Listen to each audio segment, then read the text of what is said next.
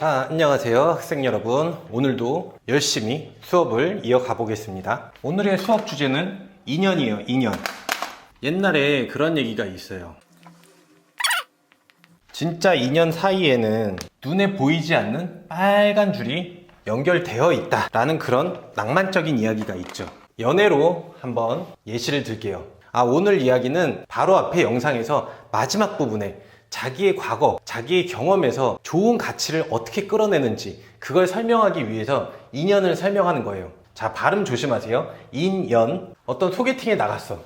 그런데 그 여성이 내 기대보다 마음에 드는 외모를 갖고 있어. 사건이 발생한 거죠. 대화를 나누기 시작했어. 그런데 대화를 나누다 보니까 공통점이 너무 많은 거야. 같은 고향, 알고 보니까 같은 학교를 다녔어. 같은 반은 아니지만.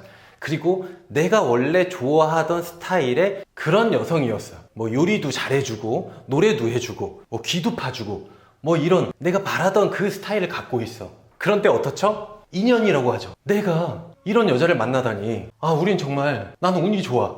우린 인연인가 봐 하고 기분 좋게 연애를 시작하죠. 그리고 연애를 하고 그 뒤로 5년이라는 시간이 흘렀다고 해봐요. 그런데 사귀는 도중에 알고 보니 다 좋은데 이 여성이 술을 너무 많이 먹는 거야. 매일매일 먹어. 술 먹는 것까진 좋다. 그런데 친구들하고 술 먹는 그 날이면은 밤에 연락이 안 돼. 밤새 기다리는 동안 내가 너무 힘들어. 그 시간이 계속 반복이 된 거야. 그러면 어떻죠? 악연이라고 하죠. 악연. 인연이 악연이 되었어요. 이런 경우 말고 만약에 만났어. 좋아. 근데 5년 동안 사귀다 보니까 처음 만났을 때보다 알고 보니까 더 좋은 면이 많이 나오는 거야. 그러면 어떻게 되죠? 진짜 우리는 좋은 인연이었어 라고 하죠. 그런데 그렇게 진짜 좋은 인연을 뭐라고 하냐? 인연이 아니라 사실 인연 중에서도 호연이라고 해요. 인연이라는 단어 안에는 호연과 악연이 동시에 포함되어 있는 거예요. 사람이 만나는 거 이걸 무조건 다 인연이라고 해요. 그리고 거기서 좋은 인연으로 되면 호연이고 나쁘게 되면 악연이라고 돼요. 어떤 사건이 일어났어. 소개팅이죠. 이때 의미를 부여했죠. 호연이야 라고 의미를 부여했죠. 그런데 시간이 흘러서 이런 텀이 지나서 또다시 의미를 부여하기 시작했죠. 악연이라고. 사실 이 여자 자체를 만났을 때 처음에 얼굴을 딱 보고 자리에 앉았을 때는 아무 의미가 없었어요. 그런데 대화를 나누고 뭐하고 하다 보니까 내가 거기다 의미를 부여한 거예요. 좋은 인연이라고, 공통점이 많다, 내가 바라던 그 기대 이상이었다 라고 호연이라고 해버린 거예요. 그런데 시간이 지나서 나빠지니까 거기다가 또 의미를 부여한 거예요. 차라리 만나지나 말걸. 5년 동안 난 너무 힘들었어. 여기서 선생님이 말하고자 하는 거는 얘 자체에는 의미가 없다라는 거예요. 의미가 사건에 포함되어 있진 않아요. 우린 근데 여기에 포함되어 있는 걸로 인식을 하고 있어요. 잘 보세요. 이 여자가 매일같이 술을 먹어서 힘들었어. 그건 사실 내 기준이에요. 만약에 남자도 술을 맨날 먹고 술고래였다면 이 여자랑 맨날 먹었을 거예요. 그건 아무 문제가 안 됐어요. 그래서 그냥 만약에 만나서 결혼을 해서 매일같이 술을 먹으면 어떻게 될까요? 좋은 인연이에요. 취미도 잘 맞고 집에서 홈파티도 하고. 내가 안 먹기 때문에 이게 나쁜 의미로 바뀐 거죠. 자, 더 쉬운 예를 들어줄게요. 내가 전기 싱싱이 있죠. 많이 타고 다니는 거. 그걸 샀어. 근데 우리 집이 언덕이야. 가파른 언덕 위에야. 그래서 그게 올라가지 못해. 그러면 어떻게 되죠? 에이, 성능이 부족하네. 나쁘네. 이렇게 되는 거예요. 내 기준에 따라 이게 의미가 바뀐 거고, 사실은 더 분명하게 얘기하자면 내가 의미를 부여한 거예요. 얘는 원래 그대로였어요. 싱싱이도 싱싱이 설명서에 그대로 나와 있었어요. 나는 이렇다라고. 근데 내 상황에 부족하다 보니까, 내 기대에 부족하다 보니까 내가 의미를 부여해버린 거죠. 별로라고. 결국 사건 자체에는 의미가 없고 이게 내가 의미를 부여한다 라는 게 중요 포인트. 자, 그렇다면 이제 깊이 들어가 볼게요. 미래에 어떤 사건이 와서 현재 나에게 사건으로 발생을 해버렸어. 이게 어떤 의미일까요? 사실 이때는 의미 파악을 못해요. 내가 지레짐작으로 의미를 부여할 뿐이에요. 솔깃하면 좋다, 좋은 기회다 라고 잡아버리는 거예요. 좋은 인연이었다. 근데 이게 시간이 흘러서 과거가 되면 별로 좋지 않은 결과가 나오면 나쁜 기회였다 라고 그렇게 판단을 해버리는 거예요.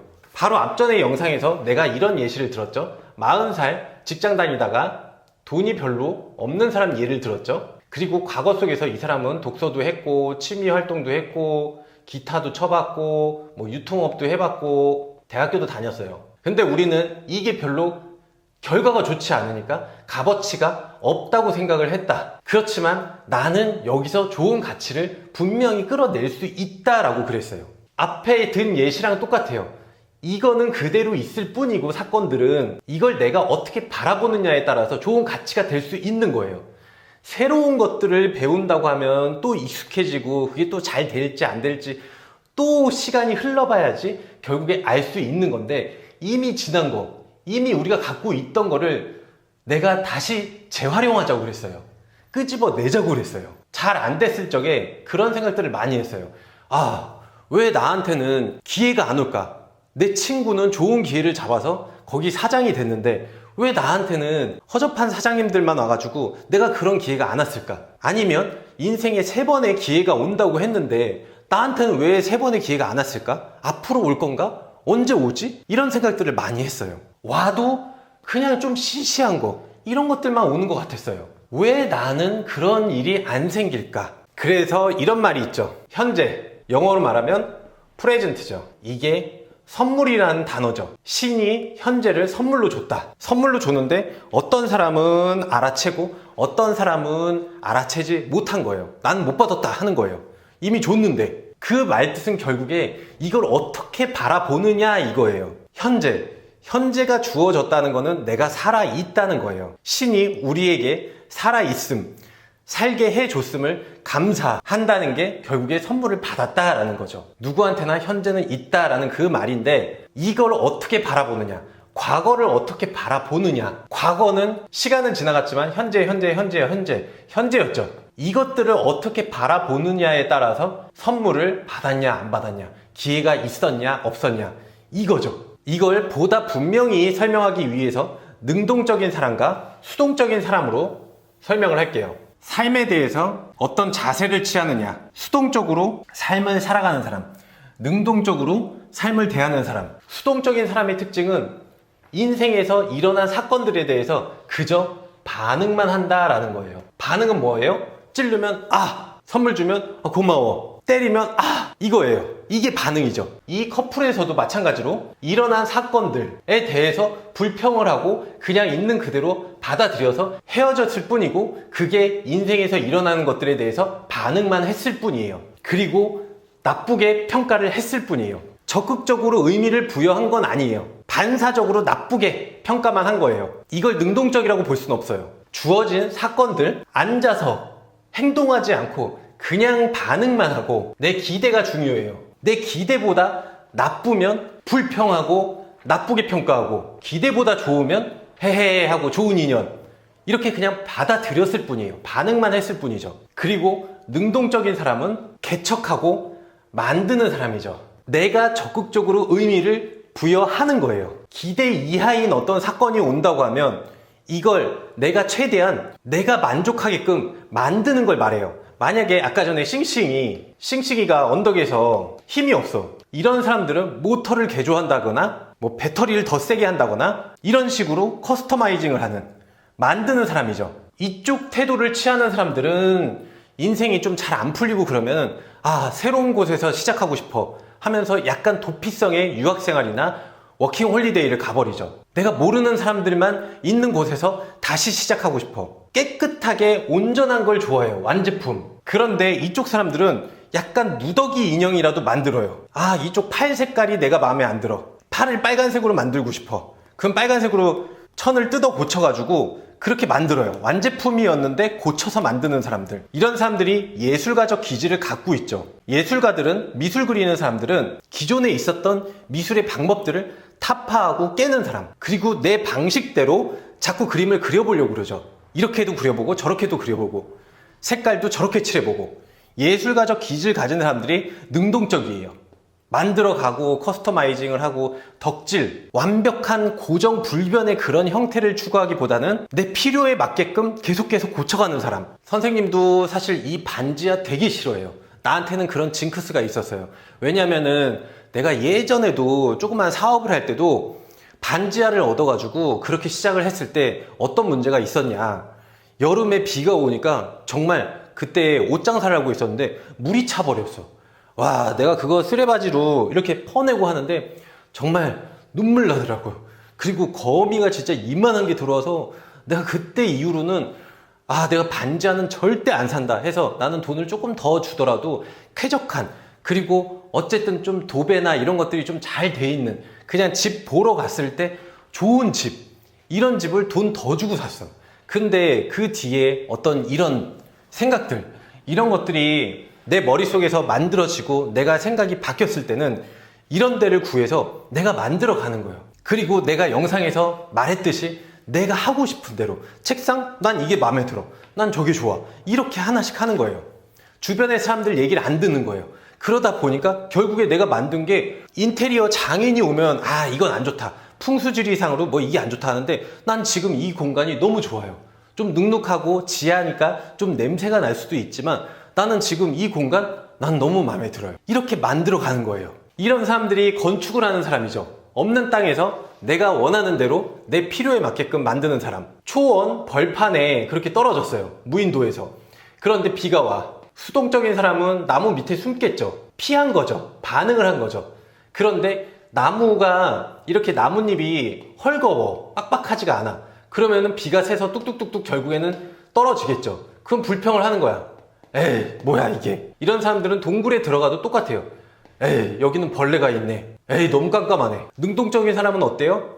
비가 오네? 앞으로도 계속 올 거니까 집을 만들자.